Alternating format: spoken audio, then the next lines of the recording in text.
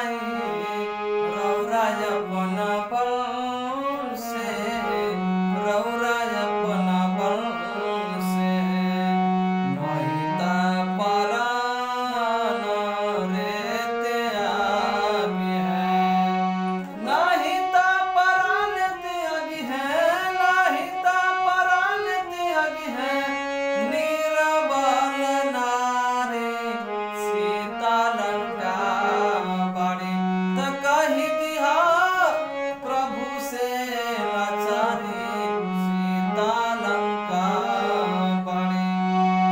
ओ कही दिहा रावण रोजे मरत बाट ताना, कही दिहा रावण, कही दिहा रावण रोजो मरत बाट ताना। प्रभु रौरा जल्दी आई है कवन बहाना, कवन बहाना।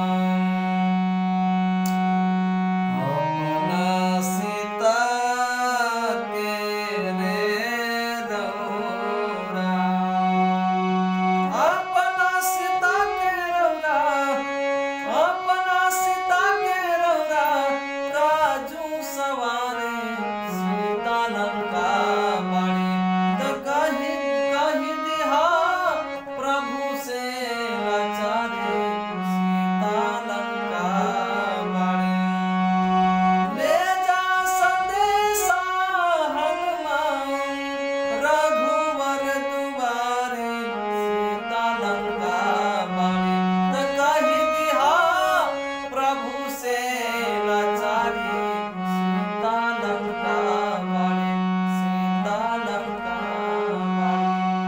तो चलिए भैया, फिर मेरा नेक्स्ट वीडियो आने वाला है। मेरा चैनल को एक बार प्लीज आप लोग जरूर सब्सक्राइब कर दीजिएगा, मुकेश मंगरू स्टेज शो को। इस तरह का वीडियो देखने को मिलते रहेगा, लेकिन एक बार मेरा चैनल को जरूर सब्सक्राइब कर देना भाई। मुकेश मंगरू स्टेज शो। जय हो।